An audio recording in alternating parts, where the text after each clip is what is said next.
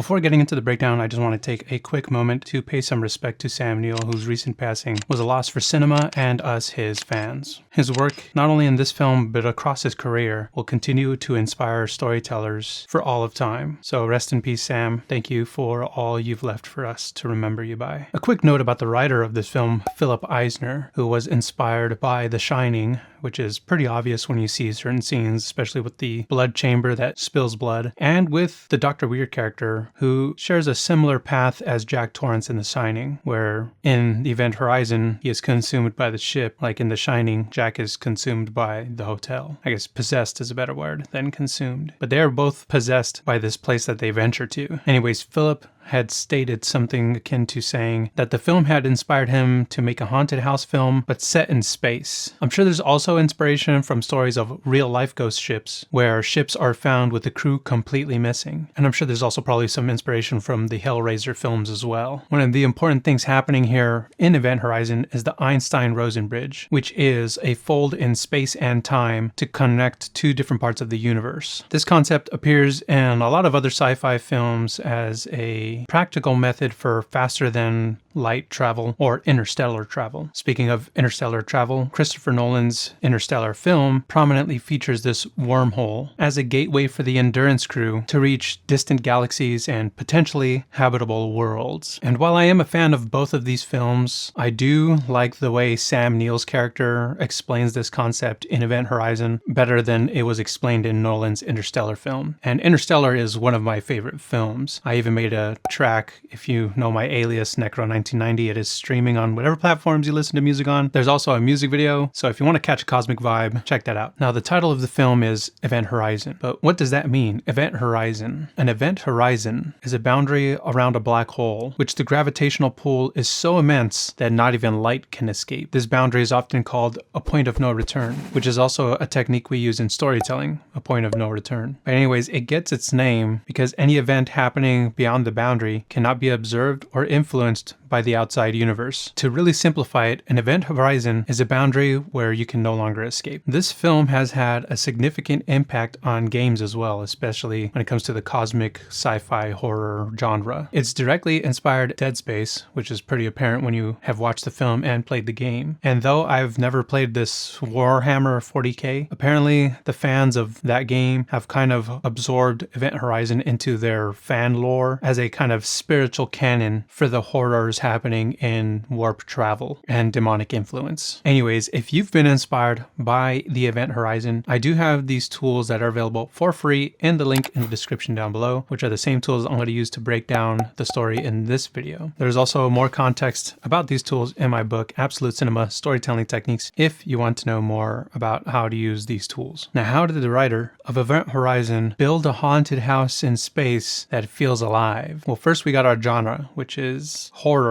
primarily, but combined with sci-fi, cosmic sci-fi, and psychological horror. And the themes we're dealing with in this story are grief and guilt. Every character in this film is dealing with some form of grief and guilt, and our primary characters, more specifically, have their own grief and guilt that is used against them to drive the plot forward in the story. So we have our genre and our themes figured out, and we got to put them together and make a conflict. So in Event Horizon, the conflict is between the Lewis and Clark crew and this sentient ship known as the Event Horizon, which has become a gateway to this hellish dimension and now wants to claim them as its new crew. So let's get into the 3-act story structure, which is the most universal structure that a lot of you probably already know about. But let's see how to simplify the story in 3 acts. Okay, here we go. All right, so we have here our exposition. First, we get this Latin distress signal from the Event Horizon, which has vanished 7 years ago. This prompts the Lewis and Clark crew to be sent from Earth to go and recover and salvage what's left of this ship. With them is Dr. Weir, who is the architect of the technology that was built into the Event Horizon. Alright, so we move down here to our inciting incident. The crew boards and explores the ship. A lot of strange things start to happen, and one of our crew members here, specifically DJ, translates part of a message left behind by the Event Horizon, which is in Latin, which states, "Save yourselves." Alright, so let's get to the rising action here. The ship begins to prey on each crew member using fear and guilt and possession to slowly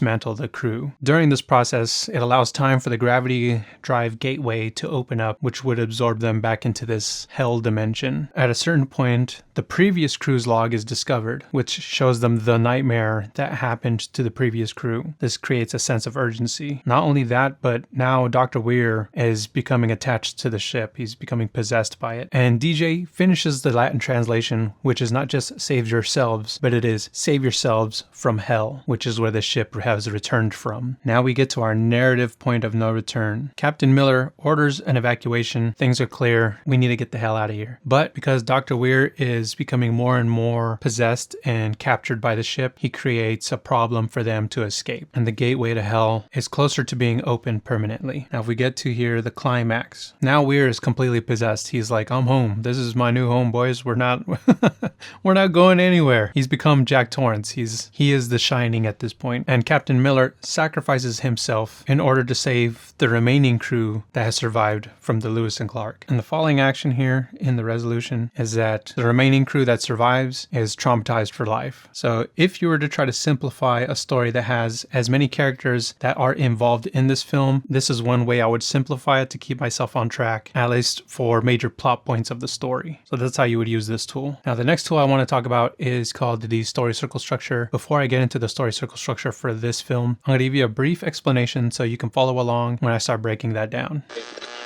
This is the KC story circle structure. There are 8 steps in this process. A character has a desire. However, there is a complication which causes him to react. The character makes progress until the complication becomes a bigger problem that forces him to take extreme action, influenced by the change that he has made through the journey. Okay, Dr. Weir here. Let's get into the story circle structure for our main character. So, first part here is to introduce Dr. Weir. He is a grieving widower. He is also the architect of the gravity drive, which is the sophisticated technology that is on board the Event Horizon. It is the purpose for the ship itself. Now, if we go here to the desire, his initial desire is to redeem his reputation. He wants to prove that his technology can do what it was originally intended to do. His desire, though, changes later as we discover the ghost or the wound of Dr. Weir. Now, the ghost or wound is just a narrative tool. If you want to know more about it, you can buy my book, Absolute Cinema. It gives you a little bit more explanation of what that is. But here, his wound is his deceased wife, because we learn that his wife died of a suicide. And he feels guilty about it because he's neglected her, and that was the reason for her passing. So this is what's haunting him personally as a character. And it becomes his desire to reunite with his wife on this ship, as that is the thing that it preys on him about. So the complication for Weir is that the ship hasn't actually been to the stars. It didn't travel through the cosmos. It's been to hell. Can you imagine? It's like, did you go to Jupiter, or did you reach the next solar system? And it's like, no, actually, we ended up in hell. Anyways, to further complicate things, the crew, especially Captain Miller, are like, we're done here. Let's go home. So how does Dr. Weir here react to this? He obstructs the orders of Captain Miller. He defends the mission, his technology, and his desire to figure out what's going on in the ship. Even though everyone's getting these Scooby-Doo vibes, Captain Miller is like very adamant about, hey, let's get out of here. This is a little too creepy. I didn't sign up for this. But Dr. Weir is like, yeah, let's just stay and study a little longer. Anyway, so the progress that happens after his reaction is that the Event Horizon responds to him. And it also starts giving him visions of his wife. It's giving him cookie crumbs to follow so that he wants to stay aboard the Event Horizon. But this creates a problem. And the problem is that Captain Miller orders the crew to evacuate. The gateway is amplifying its attack on the crew. People are dying or being possessed, or just all kinds of nightmarish things are happening. And so we get here the extreme action, which is to defy Miller's orders. He is now completely immersed with the ship. Him and the ship have become one. Their goals have become aligned. Dr. Weir wants to go back home to his demon wife, and the ship wants to open its gateway to hell. And so the change that happens to Dr. Weir here as a character is that he's cooked. The dude has been corrupted. His soul has been corrupted. Like in The Shining, Jack Torrance's soul is corrupted by the hotel. Here in the Event Horizon, Dr. Weir's soul is corrupted by this demon ship. He went from a grieving widower to an agent of hell. And so that's how you would simplify the story that happens with Dr. Weir. But now if we look at the counterpart here, the opposite side of the coin, we have Captain Miller. So we learn here that Captain Miller obviously is the captain of the Lewis and Clark, but he also has some guilt that he's carrying due to previous failed missions as a captain. His desire is, one, to complete the mission and make sure everyone makes it home safely. However, this is complicated because he also has his own narrative ghost/wound. Again, if you want to know more about that, it's in the book Absolute Cinema Storytelling Techniques. But the real effect that this wound has on him is that he never wants to leave someone behind again like he had in his previous missions. So the complication for Miller in this story is that the event horizon is not in need of rescuing, it's a trap. And the Dr. Weir character is being very vague about the details. He seems like he's hiding something, even though in reality he doesn't quite know himself. He's got a basic understanding, but at the same time he doesn't know the full picture. So the reaction initially for Captain Miller is to carry on with the mission, investigate, keep the crew focused, and when things start looking a little suspicious, call the crew back and avoid danger. The progress happening for Captain Miller is the discovery of the video log and the complete translation from DJ, which is Save Yourselves from Hell. When they get all of this information, the log and the translation, they now have a clearer sense of the real threat that this ship is posing on them. So the problem after the progress here is that the ship has fully possessed Dr. Weir. Not only that, but some of the crew has also been claimed by this point. There's just no going back for certain people, whether they were possessed or died. And now Dr. Weir has become Jack Torrance. He's become the Jack Torrance of the event horizon. So now Captain Miller has to take action. It is Captain Miller versus Dr. Weir, and in order to defeat this hellish nightmare, Captain Miller decides to sacrifice himself in order to save the rest of the crew. And this creates a redemption for him, because unlike his previous mission, especially the one that's lingering with him, what's causing him to have this guilt as a captain is that he does what he can to save the surviving or the remaining members of the crew so that they can survive. And so that's how you would break down Captain Miller. And also creates a very interesting conflict between the two characters. When you have Captain Miller and you have Dr. Weir, you have these two characters who are in very different places. One obviously is an engineer and the other one is a captain. So one is obviously concerned about the safety of his crew, but the other wants to prove that his creation is capable of great things. In this case, I guess I would say horrifying things. It's great. It's a great invention. I guess it's great if it gets you to the other side of the universe. It's not great if it gets you into hell. Now there's one final story circle structure to go over, which is the event horizon, the ship itself. But I think a little bit of lore dump here will help you understand this more simplified story circle structure. So first, let's talk about the architecture and the personality of this ship. The architecture, first of all, being inspired by the Cathedral of Notre Dame, but with a dark atmosphere. The ship itself is a character. It's a haunted cathedral in space, and it is a temple of doom.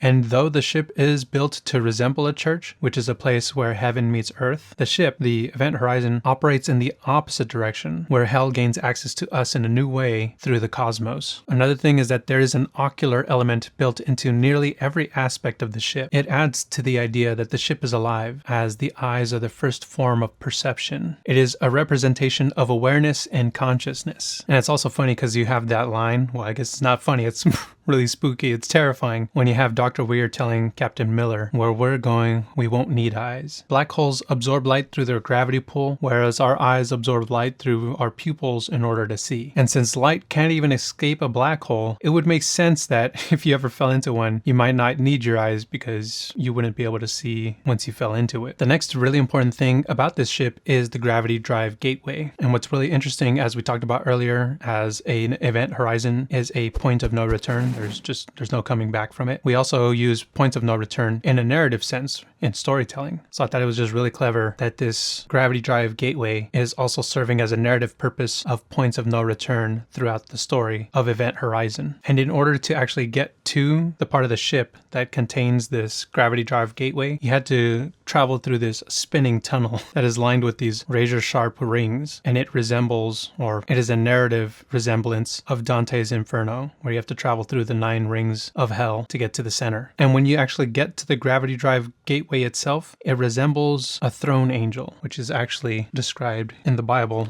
in Ezekiel. So here in Ezekiel 1:15 through 21, but specifically in verse 16 here, it says, "And of them was like the appearance of the sea, and the 4 had all one likeness, and their appearance in their work was that as it were a wheel in the midst of a wheel," meaning wheels that are intersecting each other, which is exactly the way the gravity drive behaves when they come across it and it is activated. Not only that, but when the wheels of the gravity drive wheel stop spinning and they become aligned, the portal opens up and it becomes a pupil, kind of further supporting the fact that the ship is alive. I also like how there's those close-ups of the characters when they're staring into the gravity wheel as if they're staring into the abyss. And you know, when you stare into the abyss stares back. Alright, so now that we're caught up on the lore here, let's see how the story circle structure also applies to the event horizon as a ship and as a character. So we are introduced to the event horizon, which is a sentient spacecraft that has returned from hell. The desire is to open the gateway so that hell can enter our dimension and claim new souls. The complication for the event horizon is the Lewis and Clark crew, specifically Captain Miller, who resist and want to leave the ship. So in order to fight back, it reacts by using fear and guilt to break the crew psychologically. From that, we get some progress here, and that is that the gate becomes active and the crew discovers what happened to the previous crew a little too late. Not only that, but Dr. Weir is consumed by the ship. He becomes, Jack Torranced into the event horizon, and he feels more at home on the ship and doesn't want to leave. He wants to be reunited with his wife, which is merely a projection provided by the ship. The problem, though, is resistance from the crew. Captain Miller orders the evacuation, and the crew actively works to shut down this gravity drive. So the final action that the ship must take is to intensify the attacks on the crew, especially when it uses Dr. Weir as its final offense. And the change that happens is that though the ship itself, the gravity drive, the event horizon is contained, it is not completely destroyed. However, the will of the ship has been stopped by the sacrifice of Captain Miller, and everyone else who survived is permanently traumatized. So that's how you would simplify the goal of the event horizon. Because the event horizon, as I said, it's a character, but it's not your traditional villain. It's not another person. It is a living entity that exists in the ship. Like the ship has its own soul. It's a demonic soul. But also too, if you want to know more about how to build a complex bad guy, there are a lot of examples in absolute cinema on how different types of villain categories can be amalgamated to create a very unique villain. Now, as far as the cultural impact of Event Horizon, things that really stuck with me personally, I don't know about you. Let me know in the comments down below if you agree with my list of things that really stuck with me here. The first one is the exposition in the beginning, how it shows us what's happening in space as far as us humans and where we are. We're way behind in real life. Another thing is the gore in the film. This film is pretty terrifying when you see a lot of the horrible things that are happening, but there was a cut that exists of this film that has even more gore and guts and blood and whatever you want to call it. However, somehow that's been lost in some archive, lost to time, lost into the event horizon. There's no getting it back. But I think even if we had more gore, it wouldn't really add to the narrative. I think it would just be, at that point, just gore for the sake of being bloody and scary, I guess. I don't know. I think it's the perfect amount that we get in this film to really establish enough of the hell that has occurred on the ship. One thing that really dates this movie, you're in the 90s or past the 90s, is the smoking on the ship, like in Alien. When you see a character smoking on the ship, we can't smoke on airplanes. There are no airplanes that have smoking sections. That used to be a thing of the past. So it's just so funny to see people smoking on an aircraft or a spacecraft. It's supposed to be in the future, and I just thought it was funny because it's like, wow, that's a thing that would never happen. One line of dialogue that really sticks out to me is when one of the crew members first goes to the spiraling tunnel and he says it looks like a meat grinder. But that spiraling tunnel also kind of reminds me of an old attraction that used to be in the Universal Studios tram ride, where you would drive through this tunnel and it had that same spiraling effect. I don't think they have that in the tram ride at Universal Studios anymore, but that was something it reminded me of. So it gives me the nostalgic factor for that ride. Another thing that just is really memorable about this film is the gravity drive gateway itself, and especially how it represents a throne angel, but a dark version of a throne angel, and also how it stares back into people when they stare at it, like that saying with the abyss, when you stare into the abyss stares back. So I just like how there was a visual representation of that through this dark fallen throne angel. And probably the most memorable line from this film is from Dr. Weir himself. He's got his eyes are stitched shut and he says, "Where we're going, we won't need eyes." It's just such a chilling line, especially given the context of the situation situation when you're moments away of falling into the hell dimension. Anyways, if you enjoyed this breakdown and you have your own ideas for your own story, whether it's cosmic, sci-fi, horror, any story in general, it doesn't matter the genre, these tools that I used in this video are available for free in the description down in the link below. So if you're a writer, or you want to become one, or you know someone who wants to become one, then these tools you can share with them. And also there's more context about them in my book, Absolute Cinema. If you guys pick this up, it also helps support what I do, so I'd appreciate it. But thanks for tuning in, and I will see you guys in the next episode.